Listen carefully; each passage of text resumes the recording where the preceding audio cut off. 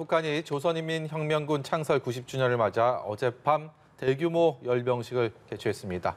이 열병식에 참석한 김정은 국무위원장, 핵무력 강화 의지를 재차 밝힌 가운데 신형 대륙간 탄도미사일 화성 17형도 등장을 했죠. 네, 오늘 문성묵 한국국가전략연구원 통일전략센터장과 함께 자세한 이야기들 나눠보도록 하겠습니다. 어서 오십시오. 안녕하세요. 네, 안녕하십니까? 김정은 위원장의 메시지, 핵무력을 더욱 강화하겠다. 이 핵무력에 대한 언급 자체가 우리로서는 신경이 안 쓰일 수가 없는 상황인데 어떤 의도라고 생각하십니까? 이런 열병식 대규모 행사에서 어떤 의미를 분명히 담고 얘기를 했을 텐데요. 예, 일단 기본적으로 이번 열병식은 군 중심, 북한 군 중심의 행사거든요. 예. 그러니까 군의 기본적인 사명을 강조하는 과정에서 이제 핵무력이 나왔는데 결국은 이번 행사의 기본 취지와 목적은 그동안 김정은 위원장이 북한의 최고 지도자로서 나라의 핵무력을 최고조로 끌어올리고 예. 전 세계 그 어느 나라와도 맞서 싸워 이길 수 있는 그런 위치에까지 올려놓았다. 예. 위대한 업적을 이룩했다라고 하는 것을 강조하고 과시하는 데 이제 핵심이 있는데 문제는 말씀하신 대로 핵무력을 여기서 멈추는 것이 아니라 계속 강화하겠다고 그랬거든요. 지금 국제사회는 특히 북한이 금년 들어서 그동안 지난 4년 동안 유지해왔던 핵미사일 모라토리움, 예. 다시 말하면 추가 핵실험이나 ICBM, 대륙간 탄도미사일을 발사하지 않겠다라고 약속한 것을 스스로 깼단 말이죠.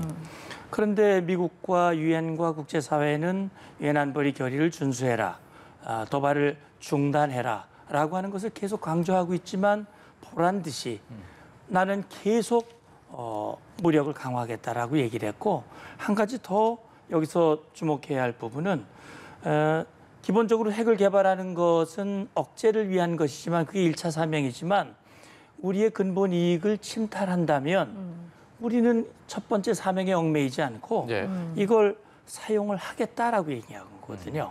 그러니까 이제는 핵무력을 보유하는 것을 넘어서 이제는 사용할 수 있다라고 하는 것을 김정은 본인의 입으로 직접 얘기했다고 하는 점, 이 부분이 우리로서는 정말 주목해야 할 부분이라고 생각합니다. 그동안은 좀 방어용, 좀 뭐 본인들을 지키기 위한 것이다라고 얘기를 했다가 이제는 대외적인 공격용이 될 수 있다라는 것을 다시 한번 좀 강조했다 이런 말씀이시네요. 예, 그렇죠. 최근에 보면 우크라이나 전쟁에서 러시아가 곤경에 처하게 되니까 예. 푸틴이 전술핵 무기 사용 가능성을 네. 언급을 해서 전 세계가 지금 주목하면서 만약에 그걸 사용하는 순간 러시아에게는 정말 굉장히 어려운 결과가 올 것이다. 책임을 져야 될 것이다. 라고 얘기를 하면서 핵 사용 가능성에 대해서 국제사회가 우려하고 있는 가운데 김정은 위원장이 직접 그런 언급을 했다고 하는 것은 우리로서는 정말 좌시할 수 없는 그런 표현이다 하는 생각이 듭니다. 예. 그런데요, 문재인 대통령과 지금 친서를 교환한 지 이게 나흘 만에 나온 메시지라서 다소 그 친서 내용은 좀 유하지 않았습니까? 네. 그렇기 때문에 친서는 친서고 나는 갈 길 가겠다 뭐 이런 의미다라고 해석을 해야 되는 건지 좀 어떻게 해석하고 계신지 그렇게 보시면 될 것 같습니다. 왜냐하면 친서 내용은 현실과 굉장히 동떨어져 있거든요. 문재인 대통령과 자기가 한 일이 아주 최고의 업적이라고 얘기를 하지만 그동안 문 대통령에 대한 북한의 언동이 얼마나 우리가 납득하기 어려운 언동을 보였고 네. 남북관계 지금 대화도 안 이루어지고 있거든요. 그렇기 때문에 현실과 동떨어진 얘기고 특히 새 정부를 향한 메시지도 있었어요. 노력하면 남북관계도 발전할 수 있다라고 얘기하고 예. 있지만 지금 남측을 향해서 실제 핵무력 사용을 언급하고 있고 말이 아니라 행동으로 최근에 신형 전술 유도 무기를 발사했고 전선 지역에 있는 포병 부대도 사용할 수 있다라고 하는 것을 언급함으로써 이제는 말은 남북관계 발전이지만 실제로는 그것과 굉장히 거리가 먼 이중적인 메시지를 지금 발신하고 있다 하는 생각이 듭니다. 이 사회주의 국가에서 열병식이 주는 의미, 여러 가지 첨단 무기들, 본인들의 이 군사력을 대외에 과시하기 위해서 이 무기들을 선보이다 보니까 이 전략무기 신형이 또 나온 게 있을까 시선이 자연스럽게 가는데 아직은 사진상으로밖에 공개가 안 됐습니다. 지금 그렇습니다. 영상은 아직 공개가 안 된 상황인데 네. 사진만 봐도 신형 ICBM 화성 17형 이미 뭐 처음 공개된 건 아닌데 네. 이게 다시 등장을 했고요. 네. 잠수함 탄도 발사 미사일 네. SLBM 같은 경우도 또 이전 거보다 좀 더 개량된 게 또 나왔다 이런 네. 얘기들도 나오고 있습니다. 어떻게 보셨습니까? 지금까지 공개된 것으로 봤을 때 어떤 의미가 좀 있습니까? 예, 그러니까 그동안 김정은 위원장이 심혈을 기울여서 개발했던 각종 무기들을 모두 동원했다 이렇게 보시면 됩니다. 재래식 무기는 물론이고 이제 탱크, 신형 탱크라든지 이건 물론이고 그다음에 이제 보면 전술 무기, 전략 무기, 마지막으로 화성 17형까지 예. 전부 동원을 했어요. 특히 금년 1월 이후에 북한이 14차례 이 도발을 했는데 방사포를 포함해서 거기 보면 극초음속 미사일부터 시작을 해가지고 예. 최근에 발사한 이스칸데르 KN-23의 축소판이라고 하는 신형 전술 유도 무기까지. 그래서 북한이 그동안 이 계속 개발하고 발사하고 또 실전 배치했던 그런 무기들을 모두 동원함으로써 예. 실제는 말씀드린 대로 김정은 위원장의 업적을 과시하는 것도 있지만 군의 어떤 결집, 군의 사기 그리고 이제 이번 김정은 위원장의 메시지 속에도 나오지만 이 정치 사상 강군, 그다음에 기술 강군 이런 걸 강조를 하고 있거든요. 이런 걸 통해서 우리는 이런 무기를 확보했고 이제는 우리는 어느 누구와도 싸워서 이길 수 있는 백전백승의 군대를 이제 구비했다라고 하는 것을 주민들에게 또 군인들에게 또 대외적으로 과시하는 그런 자리로 마련했고 그 시점을 야간에 함으로써 효과를 극대화하고 있다 하는 것을 지금 주목해 볼 수 있는 것이죠. 예, 열병식에서 이렇게 신형 무기들을 계속해서 공개하고 있고 이것이 의미하는 바가 이제 아무래도 군의 결집과 사기를 도우기 위한 것이다라고 평가를 해주셨는데 무기마다도 또 북한이 전하고자 하는 대외 메시지가 있을 것 같아요. 그렇습니다. 그러니까 이제 사거리에 따라서 예를 들어서 짧은 사거리, 뭐 1000km 미만의 단거리 미사일의 경우에는 누구를 향해 쏘겠습니까? 우리를 결국은 겨냥하는 우리를 거겠죠? 겨냥하는 예. 것이죠. 전술 유도 무기들. 그동안 전술 특히 2019년 이후에 김정은 위원장이 집중적으로 개발한 것이 전술 유도 무기였습니다. 17년까지는 미국 본토를 타격할 수 있는 ICBM 또 중장거리 미사일에 집중을 했다면 2019년 이후 최근까지는 단거리 미사일, 우리를 향한 미사일이죠. 그보다 조금 거리를 늘리면 주1 미군, 그다음에는 구암을 타격할 수 있고, 그다음에 하와이와 나가서 미국 본토까지 타격할 수 있고요. 예. 이번에 이번에 이제 가장 그 집중적으로 북한이 화성 17형이고 지난 3월 16일 발사 과정에서 실패를 했습니다만 그것이 만약에 성공을 한다면 사거리가 이제 전 세계 어디든 도달하지 못할 곳이 없고 정말 괴물과 같은 ICBM이다. 그러니까 이제는 미국을 향해서도 우리가 원하는 대로 핵 보유를 인정하고 그야말로 북한이 그동안 미국에게 주장했던 이중잣대를 철폐하고 적대 정책을 폐기하라라고 하는 자기들의 목소리를 미국이 들어주지 않으면 나는 나의 갈 길을 가면서 이 역량을 계속 극대화해 나갈 것이다라는 메시지가 담겨져 있는 것으로 생각이 됩니다. 예, 화성 17형 얘기 하나 더 여쭤보면 이게 처음 공개됐을 때 4기를 공개를 했고 3발을 어쨌든 간에 시험 발사를 했기 때문에 근데 오늘 어제 있었던 열병식에서 공개된 것을 보면 추가로 생산을 했구나라고 좀 미뤄 짐작할 수가 있는 것 같은데 그렇게 생각해도 맞습니까? 예, 뭐 네 발을 이 4기를 이동형 발사대에다가 장착한 이것을 이제 과거에 4기를 공개를 했기 때문에 3발을 쐈으니까 하나밖에 네. 남지 않았냐 했겠지만 그냥 가만히 있지는 않았겠죠. 계속 아마 생산을 했을 겁니다. 그래서 북한은 김정은 위원장이 지금 연설에서도 얘기했지만 뭐 다양한 무기를 가지고 어떤 조건에서도 이 목적에 부합되게 사용할 수 있도록 계속 개발을 해라라고 얘기했기 때문에 지금 이것을 계속 개발해 나가고 있다라고 생각이 되고요. 이제 문제는 뭐냐면 ICBM, 특히 화성 17형을 개발을 했지만 그동안 북한이 ICBM을 정상 각도로 발사한 적은 없습니다. 그렇기 때문에 미국 백악관 국가안보보좌관도 북한이 미국 본토를 직접 타격할 수 있는 ICBM의 역량을 100% 구비했다고 나는 생각하지 않는다라는 얘기를 했거든요. 그렇기 때문에 북한은 김정은 언급했던 대로 지금 추가 발사 가능성이 얼마든지 있는 거거든요. 다시 말하면 각도를 좀 눕혀서 사거리를 늘려서 그렇게 발사함으로써 자기들의 역량을 검증하고 과시하고 그런 가능성이 충분히 있다고 생각합니다. 북한의 열병식을 전 세계 시선이 집중되는 그 시기에 좀 시선을 끌고 싶어서 그렇게 감행하는 경우들이 많았는데 김일성 주석 생일 110주년, 5년 단위로 꺾어지는 해에 뭔가 큰 이벤트를 해오긴 했지만 어제 있었던 조선인민혁명군 이 창건 90주년은 그렇게 큰 의미가 있는지, 물론 의미는 북한에서 있겠지만 더 큰 기념일들이 최근에 있었기 때문에 다소 좀 의외가 아닌가라는 생각도 지울 수가 없는데 어떻습니까? 네, 그렇습니다. 그러니까 지난 1월 19일 북한이 이제 정치국 회의를 열었거든요. 그때 북한이 결정한 몇 가지 사항 중에 주목되는 부분이 하나는 80회 김정일 생일, 110회 김일성 생일을 성대하게 치를 것을 결정을 했어요. 거기에 4.25는 들어가 있지는 않습니다. 그런데 이번에 북한의 행보를 보면 4월 15일에는 이제 축하 군중 대회를 했습니다. 그리고 정말 성대한 이 열병식은 아닙니다만 주민들이 역사적으로 계속 그 대규모 행진을 했거든요. 군중 행진을.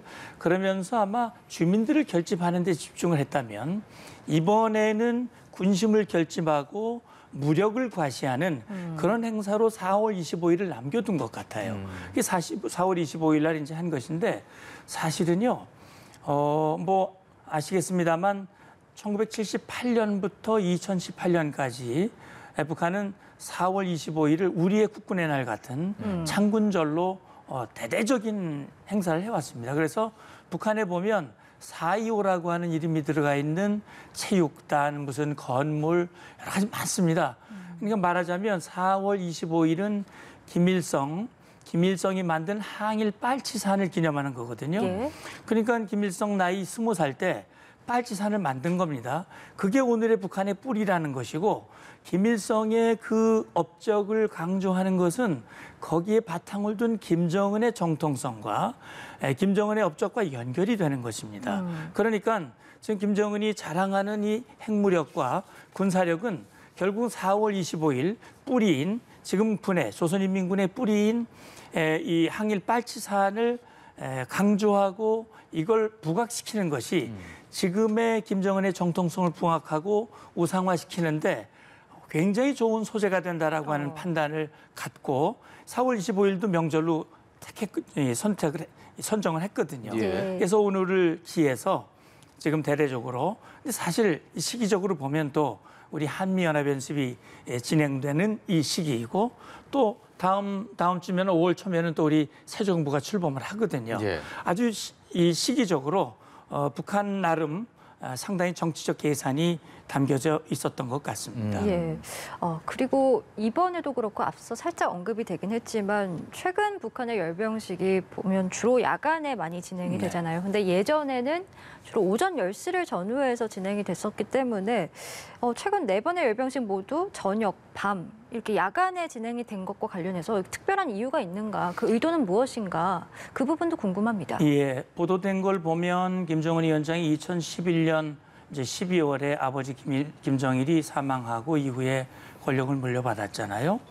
그래서 10년이 이제 조금 넘었는데 김정은 집권 기간 동안 이 대규모 열병식이 대략 한 11번 정도 있었다고 그래요. 그중에 말씀하신 대로 4번이 이제 야간에 있었는데 그 2020년 이후 지금 내리 야간에 지금 하고 있는 겁니다. 그래서 보면은 야간에 하면 이 효과를 극대화시킬 수 있는 그런 여건이 되는 것 같아요. 사실은 북한의 지금 전력 형편을 보면 그렇게 하면 안 되거든요. 예. 그럼에도 불구하고 야간에 하는 것은 야간에 하게 되면 여러 가지 효과들을 나타낼 수 있고 특히 지금 경제난에 허덕이고 있는 북한 주민들에게 호황찬란한 그런 모습을 보여줌으로써 이 어려움을 잊게 만드는 어떻게 보면 몰핀 주사와 같은 그런 효과를 극대화시키는 그런 노림수가 있지 않은가. 어차피 이 사회주의 국가들 특히 이 권위주의 정권들의 경우에는 이 극장 국가, 극장 효과를 권력을 유지하는 데 굉장히 많이 사용을 하는데 특히 2020년 이후 북한이 어려움에 처한 이후에 특히 야간에 이런 행사를 개최함으로써 그 결집 효과를 극대화하고 특히 대외적으로는 우리를 아무리 뭐 압제하고 제재하고 해도 우리는 우리의 갈 길을 가고 이렇게 건재하다 하는 그런 메시지도 주고 싶은 마음이 있는 것 같습니다. 시점상으로 조금 전에 교수님께서 말씀하셨지만 윤석열 정부, 우리의 새 정부가 취임하기 출범하기 직전 그리고 북한 입장에서는 주민들에 대한 결속도 필요하고 또 바이든 행정부와 1년 넘도록 별다른 대화의 모멘텀을 만들지 못한 상황에서 여러 가지 복합적인 대내 대외에 주는 메시지가 분명히 있었을 텐데 앞으로의 행보는 과연 어떻게 밟아갈지 우리로서는 관심이 가장 그 부분에 집중되지 않겠습니까? 그렇습니다. 근데 이제 오늘 뭐 김정은 위원장이 연설을 통해서 분명히 얘기를 했죠. 핵무력을 계속 강화해 나가겠다라고 얘기했거든요. 그것은 이미 앞서 말씀드린 바와 같이 이제 모라토리움을 파기했고 ICBM 화성 17형 우리는 15형으로 이제 봅니다만 3월 24일 발사한 그런 발사를 했기 때문에 김정은 위원장이 공언한 대로 핵무력 강화를 위한 5대 국방 과업들 신무기를 계속 개발하기 위한 그런 시도들을 계속 할 겁니다. 네. 근데 이제 그걸 무작정 하는 것이 아니고 결국은 명분을 축적하는 거거든요. 지금 한미연합연습 했잖아요. 지금 북한의 일련의 선전 매체를 통해서 계속 비난을 하고 협박을 하고 있습니다. 제가 볼 때는 이제 신정부가 들어오고 또 올 하순에는 바이든 대통령이 한국을 방문해서 한미동맹을 공고히 하는 그런 이제 기회를 갖게 될 것이고 특히 윤석열 정부는 동맹의 복원을 얘기를 했고 그동안 지휘소 연습만으로 유지돼 왔던 한미연합연습도 이제는 제대로 정상화하겠다라는 그런 언급을 했거든요. 예. 그렇다면 제가 볼 때는 아마 북한이 추가적인 미사일 발사, 추가 핵실험, 도발 가능성이 충분히 있다고 생각이 됩니다. 그렇다면 결국은 한미는 고도화되는 북한 핵미사일 위협에 우리의 국가와 국민을 지키기 위한 철저한 억제력을 확보하는 데 아마 주력을 하게 될 것이고 북한이 그런 무모한 도발을 지속하는 것은 결국 북한의 수명, 북한 정권의 수명을 단축하는 일이라고 하는 것을 분명히 보여주는 그런 아마 대응 메시지를 아마 5월 달에 한미 정상회담을 비롯해서 여러 가지 기회를 통해서 그런 대비책들을 마련하지 않을까 생각합니다. 예. 5월에 그런 외교 이벤트까지 거기서 던지는 메시지까지는 좀 지켜본 뒤에 북한이 다음 스텝을 좀 밟아갈 것이다 이렇게 보면 되겠습니까? 예, 그러니까 지금 이제 풍계리 핵실험장의 움직임을 보면 계속 이 정상화하기 위한 그런 복구 작업들을 계속 하고 있거든요. 네.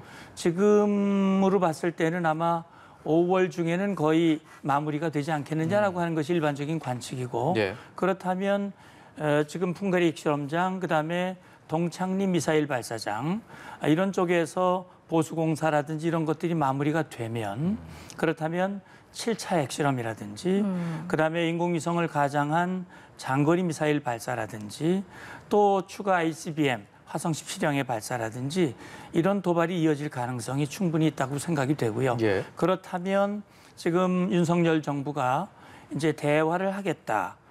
강경 일변도로 나가지는 않겠다. 대화의 문을 열어놓겠다라고 하지만 아마 당분간 대화의 모멘텀이 마련되기는 좀 쉽지 않겠다라는 그런 부정적인 생각이 조금 더 많이 드는 그런 시점이라고 볼 수 있습니다. 예, 말씀해주신 것처럼 이제 새 정부의 대북 기조가 공개가 되면 북한도 그 부분을 주목을 할 수밖에 없을 것이고 그렇게 됐을 때 이제 향후 남북 관계를 어떻게 전망하시는지도 궁금하고요. 북한의 메시지를 통해서 봤을 때 앞으로 우리가 어떻게 대응하고 준비해 나가야 하는지 그 부분에까지 좀 조언을 해주시면 예, 감사하겠습니다. 말씀하신 대로 지금 북한이 우리에게 주는 메시지는 그거죠.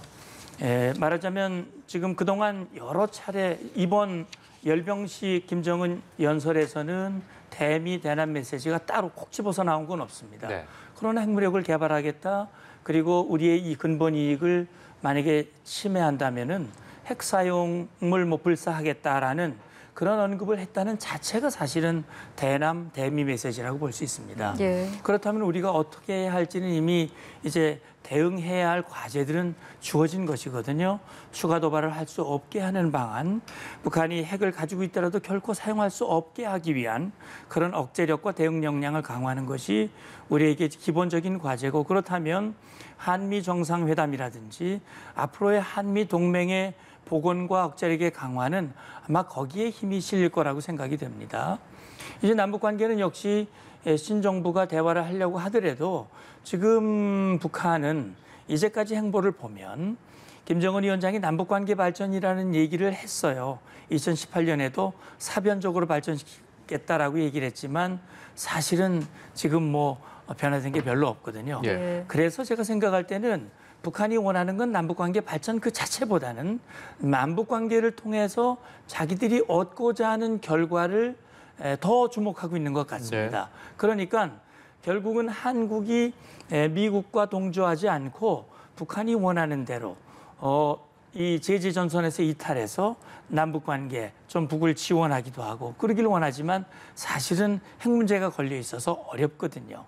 그래서 제가 생각할 때는 남북관계 대화가 재개가 되고 관계가 발전하려면 결국 김정은 위원장이 지금 제가 생각할 때는 우크라이나 전쟁의 향배, 그다음에 중국, 러시아와 미국과의 관계 이런 것들과 상당히 연관이 돼 있고요. 지금 김정은 위원장이 굉장히 경제적으로 어려운데 이것이 얼만큼 내구성을 가지고 이어갈 것인가 하는 것도 앞으로 북한의 태도를 결정하는 데 중요한 변수가 될 것이라고 생각합니다. 네, 오늘 말씀 여기까지 듣도록 하겠습니다. 지금까지 국가전략연구원의 문성묵 통일전략센터장이었습니다. 고맙습니다. 감사합니다.